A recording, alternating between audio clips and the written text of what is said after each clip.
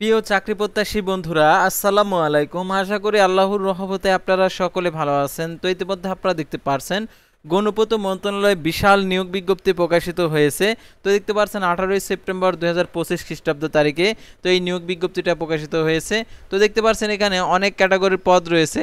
প্রত্যেকটা পদের আবেদনের ক্ষেত্রে শিক্ষাগত যোগ্যতা, বেতনের স্কেল, আবেদনের শুরুর তারিখ, শেষ তারিখ, আবেদন ফি কত টাকা, আবেদন কিভাবে করতে হবে, এ টু জেড বিষয় আজকের এই ভিডিওটিতে তুলে ধরা হবে। তাই ভিডিওটি মনোযোগ সহকারে দেখতে থাকুন।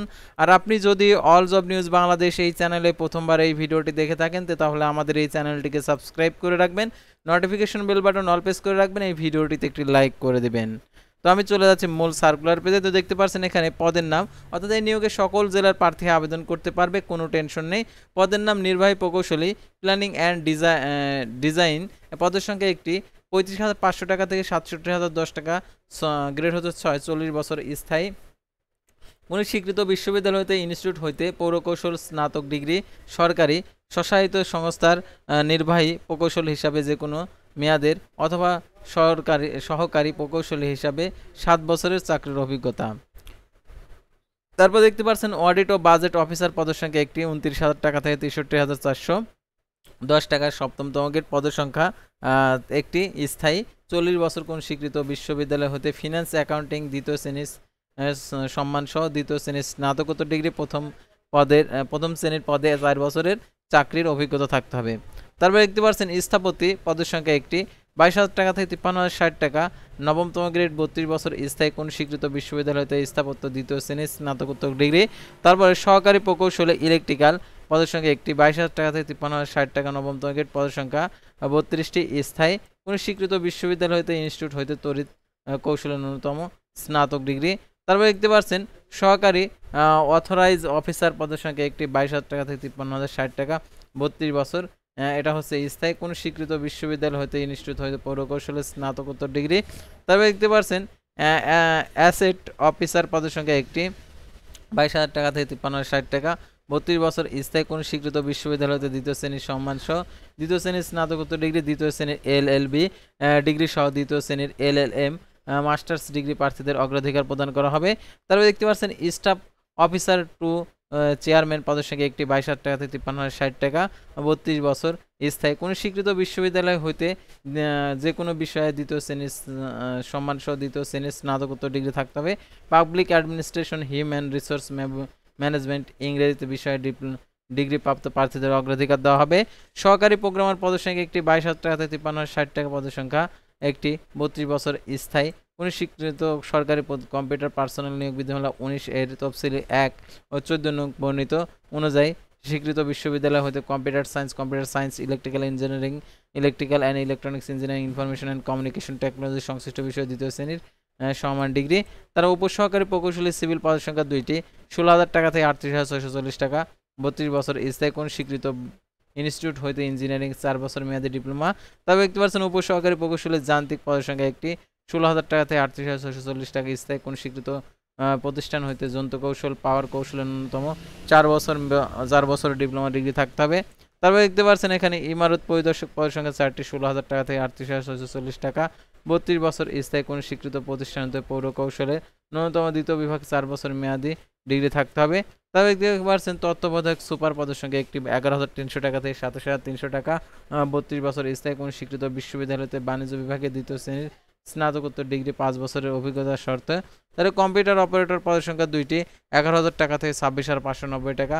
32 বছর, স্থায়ী। সরকারি কম্পিউটার পার্সোনাল বিধিমালা 2019 তফসিল 1/18 নং বর্ণিত অনুযায়ী স্বীকৃত বিশ্ববিদ্যালয় হতে বিজ্ঞান বিভাগের স্নাতক সমান ডিগ্রি। তারপর অডিটর পদের সংখ্যা একটি, 10,200 টাকা থেকে 24,680 টাকা। স্থায়ী। কোন স্বীকৃত বিশ্ববিদ্যালয়তে বাণিজ্য দ্বিতীয় শ্রেণীর স্নাতকোত্তর ডিগ্রি। সার্ভার পদের সংখ্যা 2টি, 9,700 টাকা থেকে 23,490 টাকা। 32 বছর, স্থায়ী। কোন স্বীকৃত বোর্ড হইতে মাধ্যমিক সমান পরীক্ষা উত্তীর্ণ এবং কোন স্বীকৃত প্রতিষ্ঠান হইতে 2 বছর মেয়াদী সার্ভিস জরিপ ও কোর্স সনদধারী হতে হবে। কোন সরকারি আধা সরকারি স্বশাসিত প্রতিষ্ঠানে খ্যাতনামা বেসরকারি প্রতিষ্ঠানের জরিপকারক হিসেবে কর্মরত অটোক্যাড এর উপর প্রশিক্ষণপ্রাপ্ত প্রার্থীদের অগ্রাধিকার। ড্রাফটসম্যান নেবে একটি, 9,700 টাকা থেকে 23,490 টাকা। 32 বছর, কোন স্বীকৃত বোর্ড হতে 2 বছর মেয়াদী ড্রাফটিং সার্টিফিকেট এবং কোনো বোর্ড হইতে সমান উচ্চ মাধ্যমিক সার্টিফিকেট, অটোক্যাডের অভিজ্ঞতা আবশ্যকীয়। তার বন্ধ সহকারী পদের সংখ্যা একটি, ৯,৩০০ টাকা থেকে ২২,৪৯০ টাকা, ৩২ বছর, স্থায়ী কোনো স্বীকৃত বোর্ড হতে উচ্চ মাধ্যমিক সার্টিফিকেট অর্থাৎ এইচএসসি পাস এর জন্য উচ্চতর ডিগ্রি, কম্পিউটার কাজে পারদর্শিতা, সংশ্লিষ্ট অভিজ্ঞতা সম্পন্ন প্রার্থীদের অগ্রাধিকার। তবে দেখতে পাচ্ছেন আবেদন ফর্ম পূরণ, পরীক্ষা অংশগ্রহণ ক্ষেত্রে যে সকল শর্তাবলী অনুসরণ করতে হবে দেখতে পাচ্ছেন আর কি RDA rajshahi.teltalk.com ভিডিও ওয়েবসাইটে গিয়ে আর কি আবেদন করতে হবে এবং নির্ধারিত আবেদন ফর্ম ব্যতীত অন্য আবেদন ফর্মে আবেদন করলে আবেদন বাতিল হয়ে যাবে। আর বয়সসীমা দেখতে পাচ্ছেন ৫/১০/২০২৫ খ্রিস্টাব্দ তারিখে ১৮ থেকে ৩২ বছর মধ্যে হতে হবে। বয়স প্রমাণের ক্ষেত্রে আর কি আপনাদের যে এসএসসি সনদ রয়েছে এবং জন্ম নিবন্ধন এবং আপনারা আইডি কার্ড অনুযায়ী আর কি বয়স নির্ধারণ করতে হবে এবং বিবাহিত মহিলাদের ক্ষেত্রে স্বামীর স্থায়ী ঠিকানা উল্লেখ করতে হবে। বিভাগীয় প্রার্থীদের ক্ষেত্রে অর্থাৎ চাকরিরত প্রার্থীদেরকে যথাযথ কর্তৃপক্ষের মাধ্যমে আবেদন করতে হবে। আর যারা ফেসবুক পেজে ভিডিও দেখছেন ফেসবুক পেজটি ফলো দিয়ে রাখবেন। আমাদের এই ভিডিওর ডিসক্রিপশন বক্সে ফেসবুক পেজের লিঙ্ক দেওয়া রয়েছে, তো এখানে ক্লিক করে দেবেন, আমাদের ফেসবুক পেজে নিয়ে যাবে। তো আমাদের ফেসবুক পেজ এবং ইউটিউব চ্যানেলে যে সকল আপডেটগুলো জানতে পারবেন, সরকারি বেসরকারি এনজিও, ডিফেন্স, শিক্ষক নিয়োগ, sales, marketing, railway job, NGO job, এক কথায় সকল ধরনের নিয়োগ বিজ্ঞপ্তি, পাশাপাশি মেসেঞ্জার অপশন রয়েছে, হেল্প আপনারা নিতে পারবেন। তো দেখতে পাচ্ছেন এখানে আবেদনের মৌখিক পরীক্ষার সময় যে সকল কাগজপত্র যুক্ত করতে হবে সেটা এখানে দেওয়া রয়েছে, অবশ্যই আপনারা এগুলো দেখে নেবেন। আর পরবর্তী আমরা পাতায় যাব, অর্থাৎ আবেদন কবে থেকে শুরু। সাধারণত আপনারা অনেকে আছেন আবেদনের যে সংক্রান্ত তথ্যগুলো আপনাদেরকে দেখিয়েছি। তো এখানে দেখতে পাচ্ছেন অনলাইন আবেদনের আর কি নিয়মাবলী। অনলাইন আবেদনপত্র জমাদানের শুরুর তারিখ ৫/১০/২০২৫ সকাল ১০টা। অনলাইন আবেদনপত্র জমাদানের শেষ তারিখ ৬/১১/২০২৫ বিকেল ৫টা। উক্ত সীমার মধ্যে ইউজার আইডি প্রাপ্ত প্রার্থীগণ অনলাইন আবেদনপত্র সাবমিট করা হলে ৭২ ঘন্টার মধ্যে SMS এর মাধ্যমে পরীক্ষার ফি জমা দিতে পারবেন। আর অনলাইন আবেদনপত্রে ৩০০x৩০০ পিক্সেল ছবি এবং ৩০০x৮০ পিক্সেল স্বাক্ষর আপলোড করতে হবে। আর অ্যাপ্লিকেশন কপিটি অবশ্যই রঙিন প্রিন্ট করে সংরক্ষণ করে রাখবেন। আর অ্যাপ্লিকেশন কপিতে একটি ইউজার আইডি দেওয়া থাকবে, সেই ইউজার আইডি ব্যবহার করে টাকা প্রদান করবেন। আর যদি অ্যাপ্লিকেশন কপিতে আবেদনের ভুল ভ্রান্তি হয়ে থাকে তাহলে টাকা প্রদান না করার জন্য আবার নতুন করে আবেদন করে টাকা প্রদান করবেন। কারণ আপনি ভুল হয়েছে, টাকা পেড করে ফেলছেন, পরবর্তীতে আপনি আবেদন করতে পারবেন না। সেহেতু আবেদনপত্রটি সঠিক আছে কিনা সেটা দেখে নেবেন। যদি সঠিক থেকে থাকে তাহলে ইউজার আইডি ব্যবহার করে।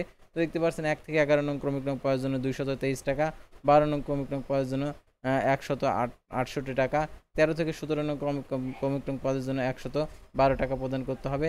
আরও ক্ষুদ্র নিগোষ্ঠী, অনগ্রসর, প্রতিবন্ধী, তৃতীয় লিঙ্গের প্রার্থীদের ক্ষেত্রে সকল পদের ক্ষেত্রে ৫৬ টাকা জমা দিতে হবে। আর এখানে বিশেষভাবে উল্লেখ্য যে অনলাইন আবেদনপত্র সকল অংশ পূরণ করা হলে যদি পরীক্ষার ফি জমা না দেন ৭২ ঘন্টার মধ্যে আর কি আবেদনটি বাতিল হয়ে যাবে। কীভাবে প্রদান করবেন টাকাটি সেটা এখানে দেওয়া রয়েছে। আর এই নিয়োগের পরীক্ষাটা সম্ভবত রাজশাহীতে হওয়ার সম্ভাবনা রয়েছে।